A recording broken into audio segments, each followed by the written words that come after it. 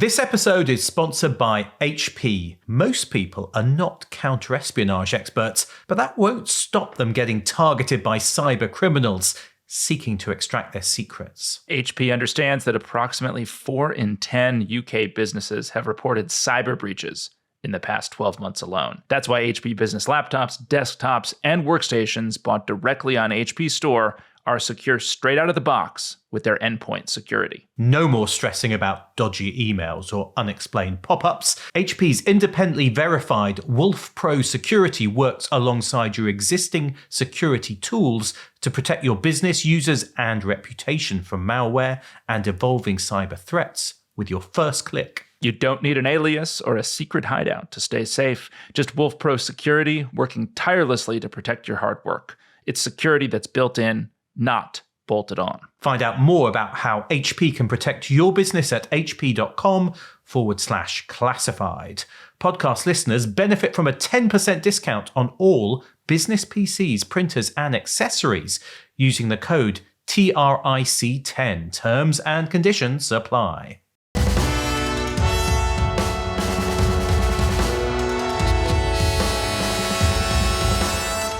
If we are to remain an effective intelligence service in the 21st century and keep the identities of our agents and the tradecraft we use to run them secret, we must continue to modernise and adapt. Welcome to The Rest is Classified. I'm Gordon Carrera. And I'm David McCloskey. And that was the former chief of MI6, Sir Richard Moore, speaking in September, just days before he stepped down, actually, as C, the head of the British Secret Service.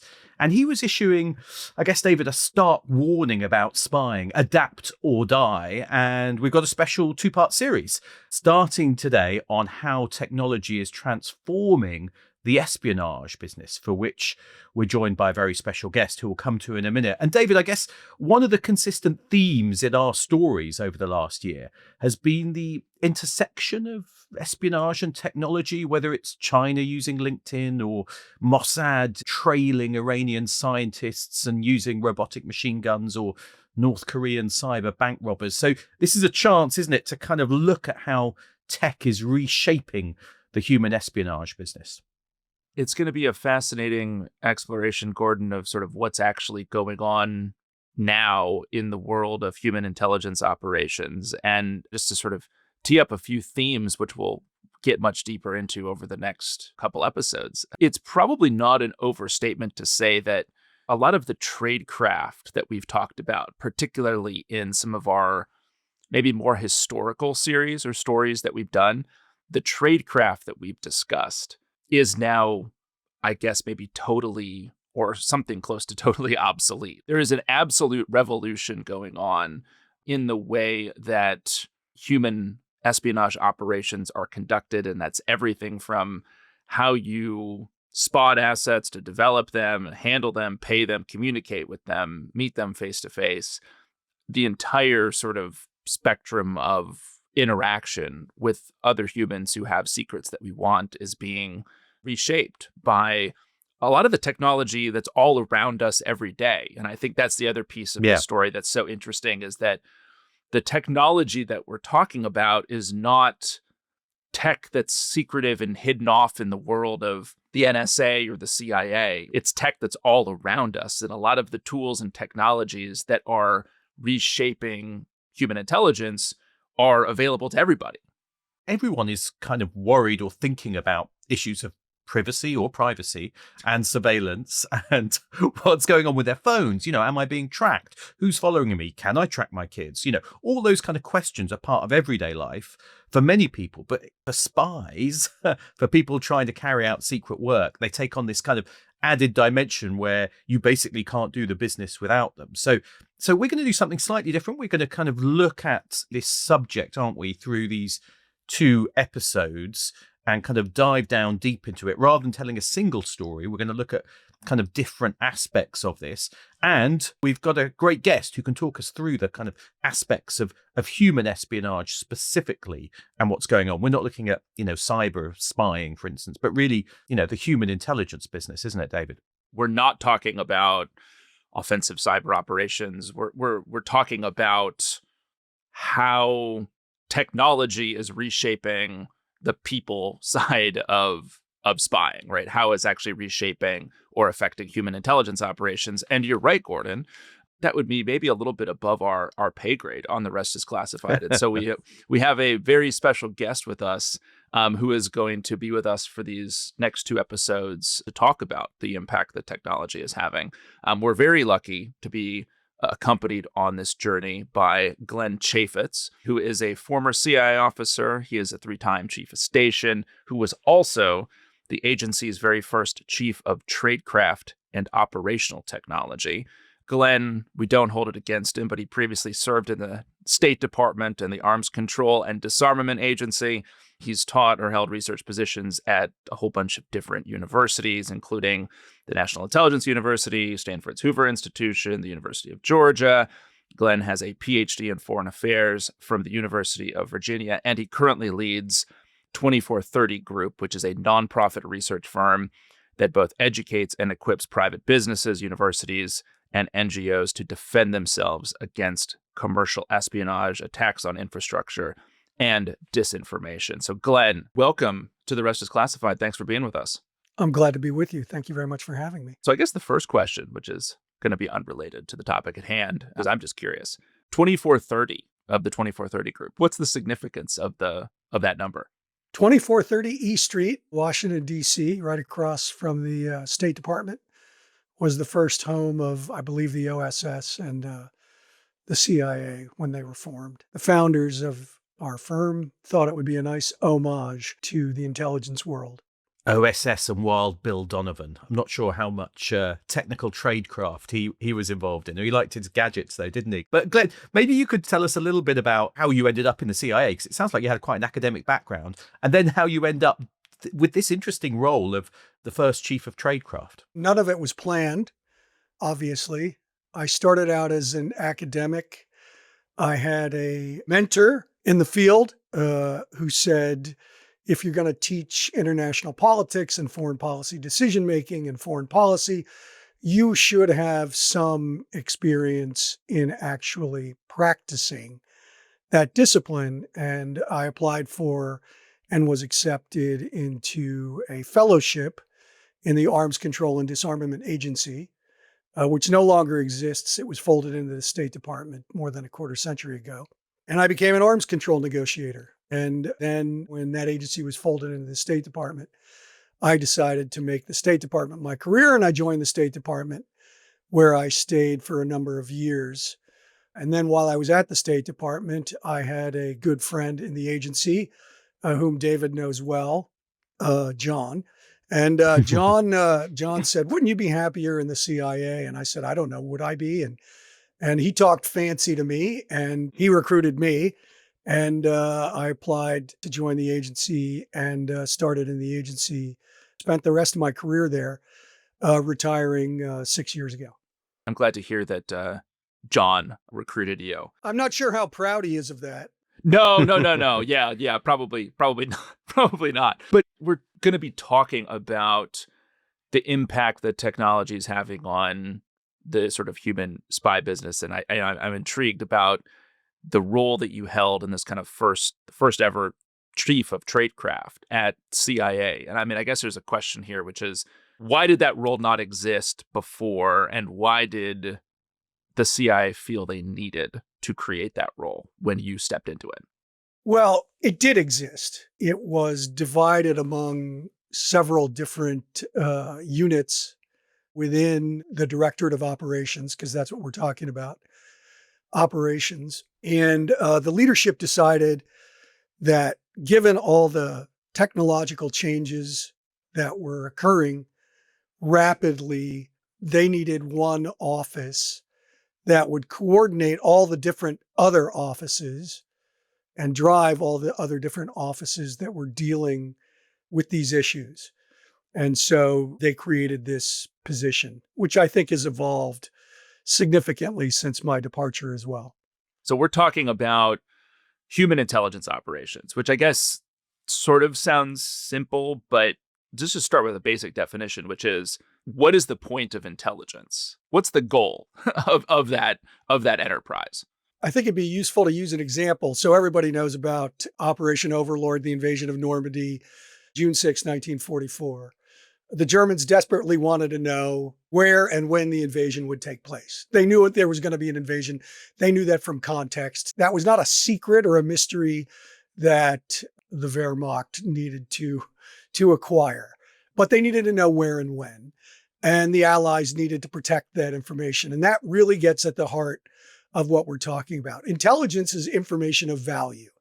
It confers value on the possessor of the intelligence. And losing control of that information of value diminishes the power and strength of the original possessor of the intelligence. So those who have it want to keep it. Those who don't have it want to acquire it. And to protect it then makes that intelligence a secret. And I think it's important that people understand these definitions and these concepts because it gets to how effective intelligence can be and how effective protecting secrets can be and the motivation people have for stealing secret intelligence. Because I guess the point of an organization like CIA or in Britain MI6 is to steal secrets. It's to gather those secrets from people. So in other words, to kind of approach people who have access to secrets and persuade them to pass on that kind of secret information that a government thinks might be useful. So I guess just to kind of keep going with this conceptually, to do that, the spy services need to be able to operate clandestinely, but in a world of increasing surveillance, which is sometimes called ubiquitous technical surveillance. Now, that sounds like quite a kind of fancy term. I wonder if you could kind of unpick what it means, because I think it would help people to understand what's changed in the way that these spy services operate and why the kind of context is such a challenge. That's a great point. So ubiquitous technical surveillance, which was a term coined by a colleague of mine in the agency and really spread throughout all of society, sometimes called surveillance capitalism, is really the interweaving of modern technology into all aspects of our lives, often to degrees that we don't understand. And it has several components: sensors, cameras, phones, microphones, computing power, data storage, and algorithms to make sense of that information. And that information is used by the private sector and governments for various purposes. For governments, it's law enforcement, it's fraud detection, obviously intelligence collection. For the private sector, it's some of the same things, but its main purpose is to sell us stuff. It's to know what we're doing so that they can put ads in front of us and that we will buy things. But it's also to make our infrastructure more effective. Knowing who's on the roads at what time and what kind of density can guide traffic control so that you have more effective infrastructure. It can identify fraud detection. Is this credit card yours? Are you in this city? Are you in this zip code? That kind of thing. So it has a variety of purposes, but it is the entire system that has been built up over the last, say, 25 years with the dawn of cheap data, cheap sensors, Google, Amazon, Facebook, Axiom, those kind of companies that for their business model track people. It's worth saying that in some countries, it's more pervasive than others. And obviously, it's quite strong in Western countries with kind of, Right. as you put it, surveillance capitalism. But actually, perhaps the most surveilled state might be somewhere like China, where, you think about how many cameras there are and Right. CCTV and the ability to do facial recognition, which they say is for kind of social order and law enforcement. People have to use apps, in their phone to pay for pretty much anything and use any government service. All of that is kind of creating a web of information around an individual. And I guess the point is for spies is that means that it's harder to hide because of all the kind of data and digital exhaust created by life under this kind of surveillance. Well, precisely. So intelligence collectors and their sources in the pre-UTS days could have the kind of meetings that we're all familiar with in the back alley at 1 a.m. The example I always like to point out is All the President's Men, where I think it was Woodward had the meeting with His secret source, later shown to be Mark Felt, in a parking garage in Arlington, Virginia, who's very well dramatized in the movie. If you think about that meeting today, it would be much more difficult to do. And the reason it would be more difficult is everybody's expected to have a cell phone. Everybody has this little spy with them all the time. And if you don't, that looks weird. And I remember having conversations when I was still in the agency with the commercial sector and saying, who is it that you find doesn't carry cell phones? I want to understand the pattern. And the person I was talking to looked at me like I had just grown a second head. Everybody has cell phones. The only people who don't carry cell phones are, drug dealers, infants. And spies. And intelligence officers, right. So, yikes, right? So you really stand out by trying to escape all the sensors and data that make up the UTS system.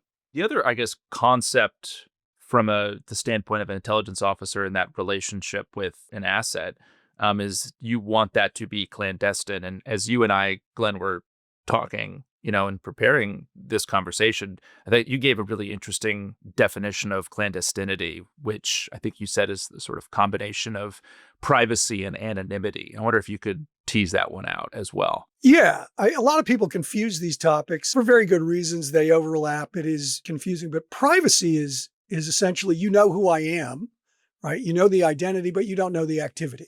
Anonymity is the activity, but you don't know the identity of the actor. Clandestinity is the marriage of both of those. So if you do a real good, successful operational act, nobody knows it took place. There's no identity. There's no actor. There's no thief, in Gordon's words, of the secrets. There's no act. And because you're stealing information, there's nothing missing. So a perfect intelligence operation would be one in which anonymity is perfect and privacy is perfect and you have clandestinity. And that's what's required. And that is what is so challenging about today's UTS environment, because we are soaking in all of these technologies that make anonymity and privacy so difficult to achieve. Well, I think there we've kind of set up the challenge for intelligence agencies and the kind of problem in the modern world. Let's take a quick break. And when we come back, we're going to dive deeper into how this problem has really affected different parts of the human espionage business. See you after the break. This episode is brought to you by Attio, the CRM for the AI era. Now, David, people think that spycraft is just car chases and secret codes, but an awful lot of it is just idling around, waiting for the action. It's a bit like starting your own business. You think it's going to be as easy as creating and selling a product, but the reality is business owners spend far too long trying to get their CRM to fit a system not built for them. Attio's AI-driven CRM enables you to take control of your platform, to build something from the ground up that fits your needs. James Bond had Q's X-ray shades, an explosive watch, and a pen grenade. Business owners have Attio's real-time customer insights and platform that grows with them. All tools relevant for your mission to build a company from the ground up. Attio even has something called agent collaboration. Yes, but in this case, that means giving people the ability to let AI work seamlessly in the background for them. Try Attio for free at attio.com/trick.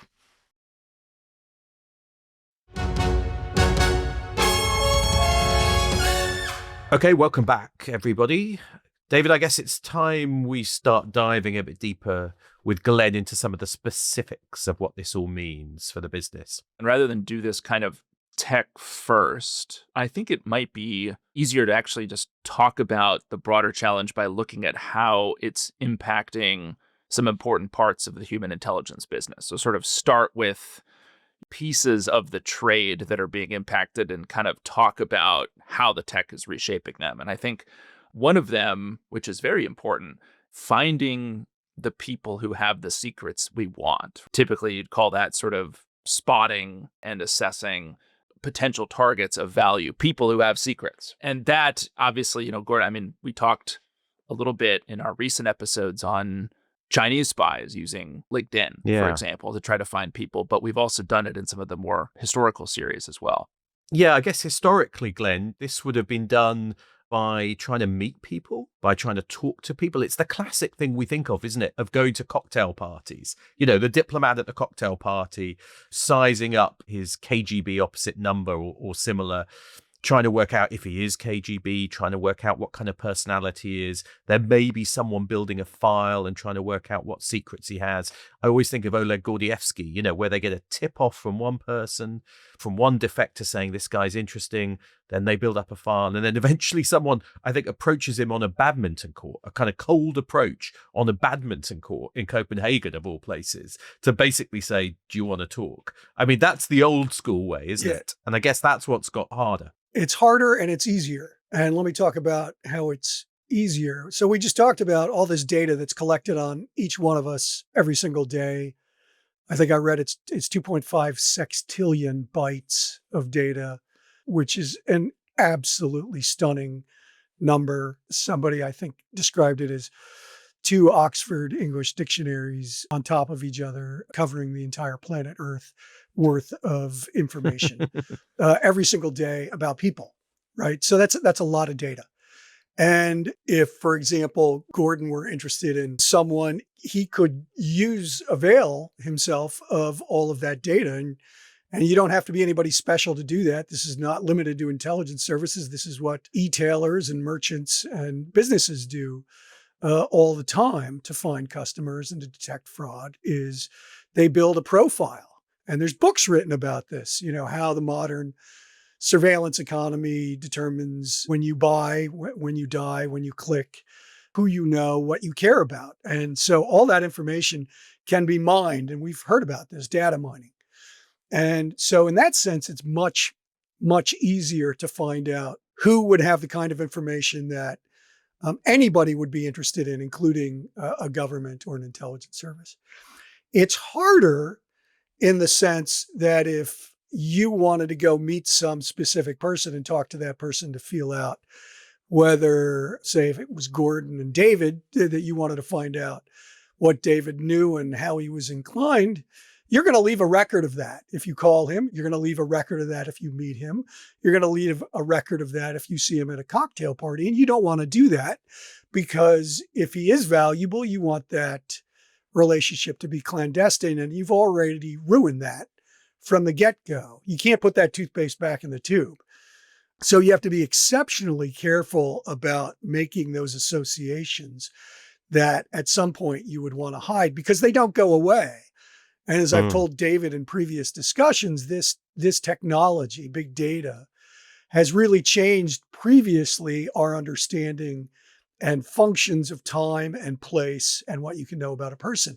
In the old days, if you did an act like talking to somebody at a cocktail party, okay, you had a conversation with someone at a cocktail party, as long as the people there didn't see you at the time and they didn't have an interest in that, that was fine.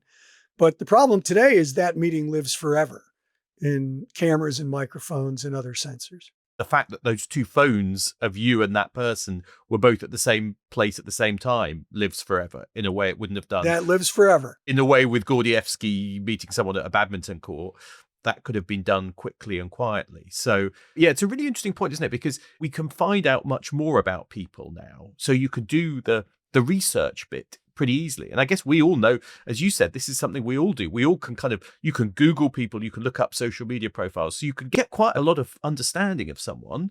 You could even say spy on them without actually meeting them or having to kind of engage with them face to face. But as soon as you want to do that, engaging face to face or interacting with them or connecting with them, that's where it gets trickier. It's a devilish challenge. It's doable, but it's very challenging because if you think about it, you're carrying around this device that's tracking you and you're moving in a sea of other devices that track you, various Ring cameras and traffic cameras and business cameras and other surveillance cameras and CCTVs and microphones and people's personal cameras. You're in this sea of RF and data collection. And if you try to hide from it, you stand out. Yeah. And if you don't try to hide from it, you're captured by it. And so you have to find that narrow place where you don't stand out and you're not captured by it, or it's not you. So it's exceptionally difficult. It's doable, but it's difficult. One of the areas of this entire kind of UTS environment that maybe we're sort of conceptually aware of, but don't really understand or see, most of us day to day, is this world of data brokers and commercially available information that's not top secret information in the files of the agency, and it's not open stuff that's on social media, but it's information that if you have money, you can go out and acquire. I'm wondering, Glenn, if you could talk to us a little bit about that space and what's knowable about people if you have a few bucks and know the right data broker. It's a real appropriate question because we tend to think of secrets and open source information as the two categories, but there's other categories and you just identified one. So there's open source information, which any of us can get for free. We go on our computers or our phones and we go to a browser and we go to Google or Bing or one of the LLMs and we ask, who's David McCloskey? But then there's this entire other category of commercially available information that you have to pay for. There's a guy named Mike Yeagley who's done a lot of work on what data brokers have and how they make their money and what they can know. I spent a lot of time talking to him and learning from him, and it's just amazing what is collected. And there are these tiers of collection, and the more money you have, the more information that you can get on people and organizations. And nobody really cares who you are. They just care that you can pay. And I think there's probably tens of thousands of these brokers around the world. I think the United States leads in this because it's the most unregulated or loosely regulated data economy, much less so than for example, the EU. It's because we have more freedom. We have more freedom here, Glenn. I think is what you're trying to say. I'm not going to comment on that. David, might be more you lobbyists. And your freedoms, yeah. More lobbyists from big tech. But the point is, anybody can buy this data. It's not restricted in any way, and it's for sale. When we're talking about looking for people who have secrets that an intelligence agency might want, I mean, sometimes people put that on LinkedIn. That I used to work for the CIA, or I used to work for the NSA, or I used to have security clearance, things like that. And also, I guess the other thing you're looking for is someone who had access to secrets or has access to secrets, and someone who might have a kind of weakness or a reason why they might be willing to pass on those secrets, like they're in debt or they don't like their employer. Yeah. And I guess that second category, you can also probably get from some of that commercially sensitive information. If you can do a credit check on someone, you can access their credit, or you can look at what they're trying to buy or where they're going, or is their marriage in trouble? All those kind of little telltale things, which might actually be relevant in this situation. Yeah, well, I think the most salient point that you made is that people share that information without recognizing that they're sharing it. I mean, this is one of the really interesting things about intelligence that people don't realize, is that people don't recognize the value of their privacy.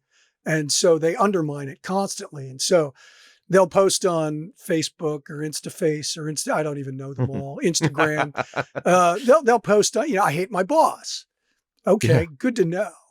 All of a sudden they'll post a family picture and the spouse isn't there, or a vacation that they took by themselves, and all of these things. So they either say it directly, I hate my boss, or someone who's clever can infer this. There's the famous case of, I think it was Target, that sent directed advertising to the daughter in a family for her pregnancy. Well, they inferred her pregnancy from her buying pattern. And she had not told her family that she was pregnant. I think this was a New York Times story many years ago. And so they either announce this information, I hate my boss, or it can be inferred from the rest of the data that's out there about them. I found a couple fascinating examples that are connected to that, Glenn. I mean, one of them was a former CIA officer, after they had left, on LinkedIn. LinkedIn suggested to them that they should be connected to someone who had been their asset when they were working at the agency because it had connected, I don't know what country it was in, but Right. the algorithm had said, oh, you've got Right. enough kind of overlapping connections. Interests. You should be connected.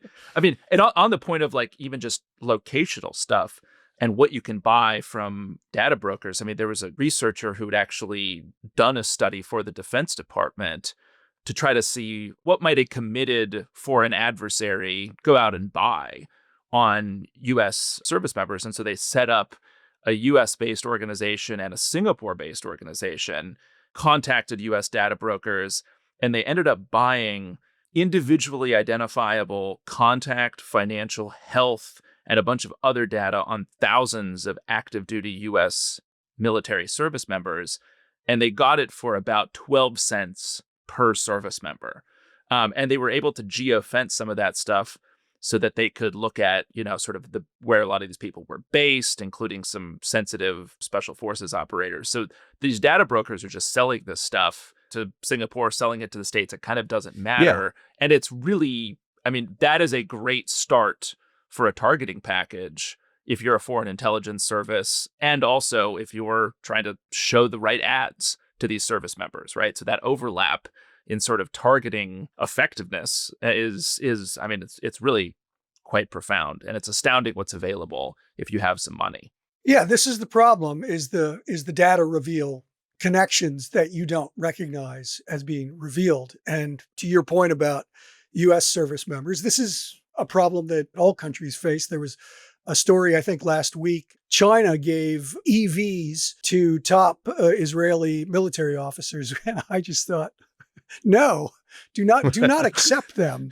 Because a car is like a phone, except on steroids, right? And it collects all kinds of information about where you go, but it can. When are you in the car? Who's in the car with you? What do you say? I mean, a car is a giant recording data device. So particularly the EVs, which have all these microphones and cameras, and it doesn't go away. So that was quite a Trojan horse story. So I guess so far we've talked about how data can allow you to understand someone better and how they have. So all of that makes it sound like it's actually easier to find people. Yes. That part of the business yes. arguably has got easier than the days of having to kind of build up gossip over years through kind of meetings and then maybe a cold approach.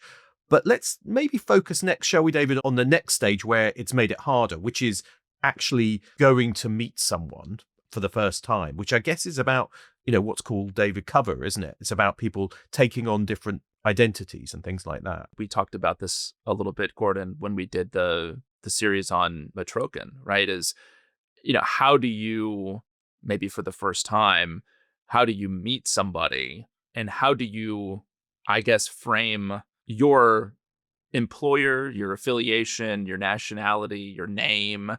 That piece of it, I think, as we'll talk about, has gotten a lot harder because in the Matrokin case, it seems straightforward. When you look back at these cases from the Cold War and even into the 90s, I guess, all these case officers, all these kind of handlers, they just basically had a stack of false passports. It was as simple as that. You had a false passport with a different name in your safe. And when you're kind of going on a particular mission, you go, today I'll be James, tomorrow I'll be Robert, pick up the false passport. And that was kind of all you needed. I guess you've got to memorize your backstory and, where you were born and things like that if someone's asking you. But that was it, wasn't it? For a lot of people, you didn't need to do much more to kind of mask who you were. And that's certainly what the kind of MI6 team who went out to meet Matrokin did. They just picked up one of their false identities. But then I remember someone from MI6 saying that in the 2000s, they suddenly realized that was getting harder because the ability to maintain your cover when you hit a border, they realized as soon as you had kind of Google and social media in the 2000s, was getting really difficult because they did a test and they said, how long would one of those old-fashioned types of cover, just a passport, sustain you against a border guard asking questions and with access to Google and social media? And the answer was less than a minute, before they realized that there wasn't a backstory. It didn't match. You just couldn't do what you could do in the past. So I guess it was the 2000s, was it? When, people started to realize you just couldn't do this anymore in the same way. Travel as an intelligence officer. Yeah, thank you, Google. I think it really started with Google and AdWords. And again, Google wasn't trying to do this. Google wasn't trying to destroy anonymity and privacy, but AdWords, Which is their advertising business. Yeah. their advertising business, which generates probably tens of millions of dollars a day revenue, if not profit, started as essentially this dynamic. And then you reach a point in which storage becomes so inexpensive that it's cheaper to keep most information than it is to delete it. I think that happened somewhere around 2010. And then, of course, you had the crossover point in which most uses of computation moved over from the desktop or laptop to the telephone. And once it became mobile, well, now you associate identity with location. And that becomes very, very challenging. And I mentioned this colleague of mine, Mike Yeagley, would do these presentations where he would show people their pattern. He would buy it from an appropriate data broker. He would show somebody their pattern, and they would realize it was actually fairly simple. People do the same thing every day. We're exceptionally habit driven. We go home, we go to work, we pick our kids up from school. We might go play tennis or go to the gym or something like that. It's pretty simple. It's most of us are shockingly boring. And so when we do something that's out of that pattern, that's noteworthy. I think all of us can think of times where you get an alert from your credit card that says, "Oh, I see that you're in Penn Station, New York. That's not where you live. Is this you? If it isn't, please contact this number. If it is, just ignore it." Right? That's frightening to me. That's a private company that does that. And that keeps that information forever. And so really, I think this is what you're referring to. This tracking that's part of our normal economic existence affects everybody, including intelligence collectors. You bring up the fraud point. It's a good one because I guess this same algorithm that is detecting some anomaly in your location or your payment history, it could be used to detect potentially the operational act, right? Because that's by definition going to be in the past, it would have been an anomaly, I guess. It would have been something that was potentially out of pattern.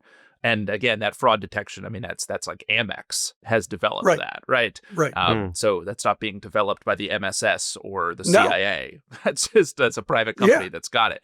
I'm curious on one of the pieces of I guess this UTS environment we haven't talked about in detail is biometrics. So the linkage of of your retina, your fingerprint, whatever, your face with you. Talk a little bit about how that is maybe impacting clandestinity or the work of human intelligence today. You have these sensors which take photos of you from various angles and then process that data about the distances and angles of the various features of your face, and they construct a digital map of your face. And it's your face and only your face and nobody else's face.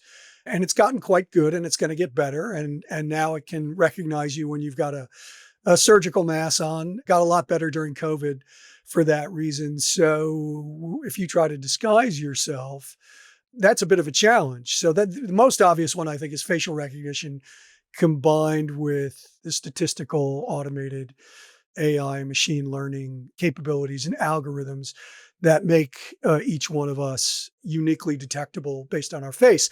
Then you have iris scans, all of which are becoming more pervasive and cheaper. Of course, fingerprints, and people open their phones with their thumbs, and they open their phones with their photographs. And of course, this is stored and shared and can be used, again, for law enforcement purposes, for identification, for sales purposes. Various hotels and retail establishments recognize customers when they walk in the lobby because of facial recognition. I find that unacceptably creepy, but these establishments rely on this, and some people like it. Oh, hello, Mr. McCloskey. Welcome to Acme hotels. Sorry if there really is an Acme hotel. I don't mean to disparage. We'll bleep it out. We'll bleep it out. Yeah. Because I remember hearing that one of the first challenges for the intelligence services was iris recognition. I think some certain Middle Eastern airports introduced the idea you were going to get your iris scanned on arrival at the airport, and they suddenly thought, "Hang on a sec, I can go if I go under that false passport I'd used before, and my iris is scanned. If I turn up here next time, even on holiday with my family, and have my iris scanned, and it says this is the same iris as a different name, they're going to go." Spy, and arrest you. So that was, I guess, an early example of how that was a worry. Disguises in the old days would be like a wig, all those kind of things. I mean, in the movies, you'd think there were kind of, maybe this is getting into detail you can't get into, Glenn, but in the movies, if I'm watching Mission Impossible or something like that, there's kind of fake fingers, fake irises and things like that you can do to fool them. I mean, does disguise still work in the world of biometrics and where they can see how you walk and things like that? I don't know. I think it would be exceptionally challenging. I mean, obviously, if I put on a mask of David's face, lucky you. I would obviously be much more successful. But if I put on a mask of David's face and it were a perfect mask of David's face, sure. I don't know if such a thing exists outside of movies. It's very difficult to disguise yourself. I guess in theory you could burn off your fingerprints, but this is all, it's the mathematics of the distance of different parts of your face from other parts of your face, which is highly invariant. Right. And I think also if you showed up at a border with a heavy mask, you might get some questions. I wouldn't base my tradecraft on the Mission Impossible movies. No, I seem to remember there was a problem with laughing if you had some of these masks, David, that there was some history where, the masks were fine and as soon as you laughed, you had a problem. So they definitely had their limits in the Cold War. Yeah. Well, I mean, it also seems like from the standpoint of the disguise, I mean, even if you had one that was quite good, your ability to wear that for any long period of time, I think would be pretty diminished. I mean, it just seems very technically challenging. I guess, Glenn, the other piece of this, we talked about, facial recognition or gait recognition or like person recognition. I mean, there's a story, I think maybe a couple years ago about how the Russians, surprise, surprise, had become quite adept at using the sort of camera networks around Moscow to find draft dodgers, people who were called up to Ukraine and had decided not to go and were still for some reason hanging around Moscow, and were able to make a bunch of arrests around that. I'm curious about some of the back end pieces of this, because we go out and we walk around any major metro area. It could be in the States, it could be in London, it could be Moscow, and there's cameras everywhere. Right. Those cameras are not always centralized, especially in the States. It could be a lot of private companies that in London. I can tell you they are everywhere, though. Right. They're everywhere. Yeah. You see them everywhere. But there's a back end to this, which is the analytics to do something with that information. Right. I'm curious if you could talk a little bit about that sort of back end. It's not very sexy, but you think about someone's got to take all this data, which in its kind of what's collected is probably pretty unstructured and not exactly useful from an intelligence standpoint. But then the back end, maybe AI powered bit, maybe not, to make sense of it is really kind of the beating heart of it. Maybe talk a little bit about that piece of it. Yeah, it's a really good point. The wishful thinking that I get from people when I talk about this is it goes something like this. Well, no one could ever process all that information. They can take all the pictures, but nobody's going to look at all those pictures and nobody's going to find me. I think relying on the incompetence of the adversary is not a particularly successful strategy for achieving your goals. There's all kinds of experiments done with this, some probably rigged to make them look more successful, but in general, the issue is time and automation. And so, for example, if you talk about China, which is, I think, the most heavily cameraed up large country in the world, that's a word I've really come to enjoy, cameraed up. I think there's like 1 million surveillance cameras in Beijing alone. It's probably an understatement at this point. Yeah. You look at London, which is much smaller than Beijing, but London, I think, has tens of thousands of cameras.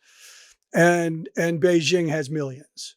Yeah. And Shanghai has millions. And any large city in China has millions. And the authorities have all the time in the world and all the computational power in the world and all the algorithms that they can avail themselves out to look at these photographs, both video and still. Private residences and businesses have to share their camera feeds with authorities. So my advice to people is if you see the camera, assume it works. Assume someone's going to see what's on that camera. Now, it might not be today, it might not be tomorrow, it might not be this year. But for example, if you're committing a crime or if you're doing espionage, an asset caught a year from now is still caught, right? And so the conversation that intelligence officers have to have now concerns, am I safe for all time? And it's not a question that's easily answered. Back in the day, before all of this technology existed, an intelligence officer could do an operation, come back home, know that he or she got home safely, find out that the asset later was safe, and that's that. Yeah. But now you have to wonder for days and weeks and months and years if something is going to trigger an investigation that leads a service to go back through that video or still photography. And like you said earlier, I think it was Gordon, connect two people who weren't connected. There could be a newspaper story saying, hey, this person worked for the Russian intelligence service. Oh, I thought he was a businessman. That's interesting to me. I'll go investigate and whether he met with anybody from our government. Yeah. Yeah. I mean, we've definitely seen examples here in the UK where they've used that kind of CCTV. I mean, the Salisbury poisoning 2018, they were able to identify using CCTV from the train station. Your point about underestimating CCTV and things like that at your peril. I mean, I remember the Israelis, Mossad, normally thought was one of the most kind of capable intelligence services. 2010, they carried out this hit in Dubai against Mabu, I think a Hamas official, in his hotel. And they seem to have just not realized how much CCTV there was in the hotel. And there was just all this amazing CCTV of people going into a kind of bathroom, coming out in a different set of clothes, I think a tennis uniform at one point. They clearly underestimated the Dubai intelligence, the UAE intelligence service's ability to track them at their peril, because it basically burnt a lot of identities I think they were using. So yeah, I think, people have learned often, haven't they, from some of those mistakes. So I wonder if we stop there for this time, because I think we've set up some of the problems around these issues of technical surveillance and data. And next time we dive even deeper into some of the kind of ins and outs of running agents and human espionage in the digital age. And of course, if you don't want to wait for that second part, you don't have to. Go to therestisclassified.com, join the Declassified Club, get early access to that episode and to a whole bunch of other goodies as well. But we'll see you next time. See you next time.